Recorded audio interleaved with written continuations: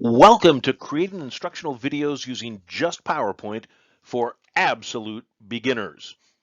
This past spring in my ethics class, the students needed to make a presentation, and I didn't have time to create an instructional video on narrating PowerPoint, so I just went and looked online, and that's when I found the video with Eileen. I hope you already watched that. Wasn't she adorable?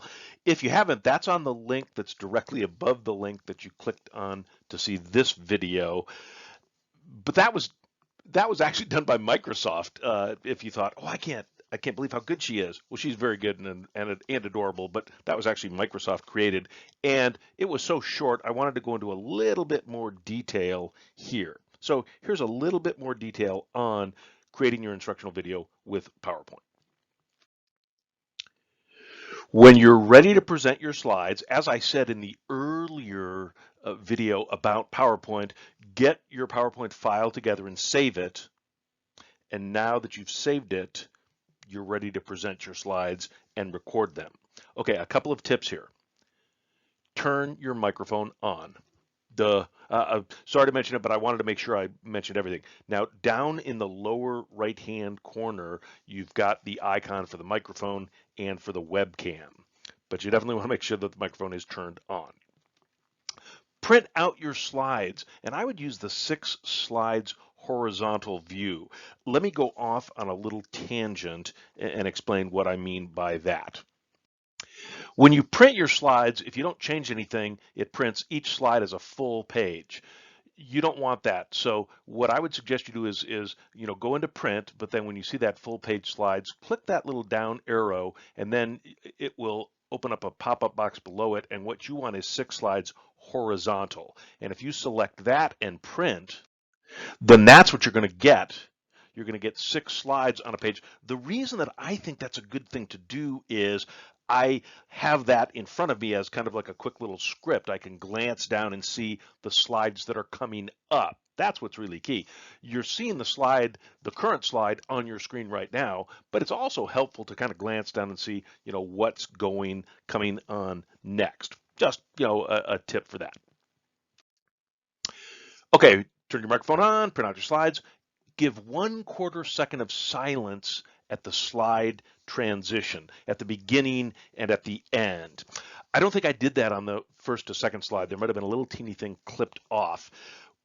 Normally, I don't use PowerPoint and record my PowerPoint presentation. I use a different program that allows my spoken word to literally cut across slides. But here in PowerPoint, it doesn't have quite that functionality. So you need to make sure that there's no sound right at the beginning of a slide and no sound right at the end of a slide, or it might be clipped off a little bit.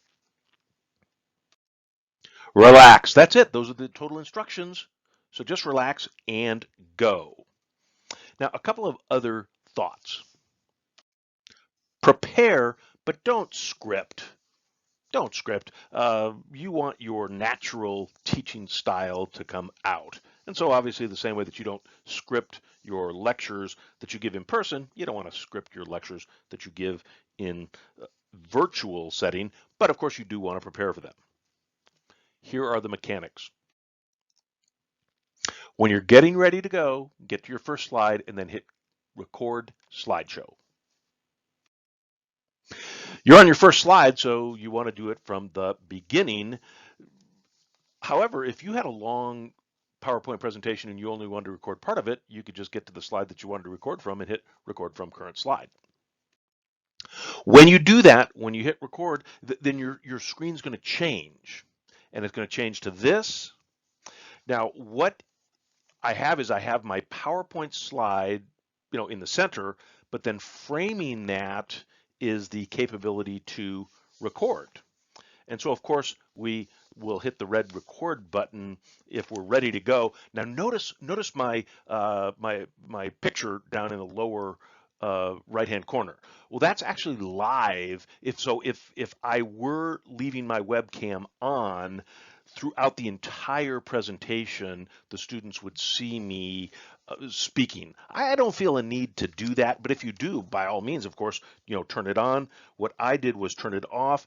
Look right below the picture there. Let me go ahead and blow that up, and I've already turned it off in this blow up here. See the webcam with the line through it. That's it. So if it's on and you don't want it on, just click that icon and it goes off. And right next to that, to the left, there's that microphone icon that, again, you want to make sure is on. Okay, now once you hit the record button, you're not recording immediately. You get a 3, 2, 1 countdown, and that's what it looks like. So the screen gets kind of grayish, and you go 3, 2, 1, and then it gets clear, and that means you're live, you're going. Once you're live, the record button disappears because you are recording, and it's been replaced by the pause button. If you look in the upper left-hand corner, you can see that pause button there.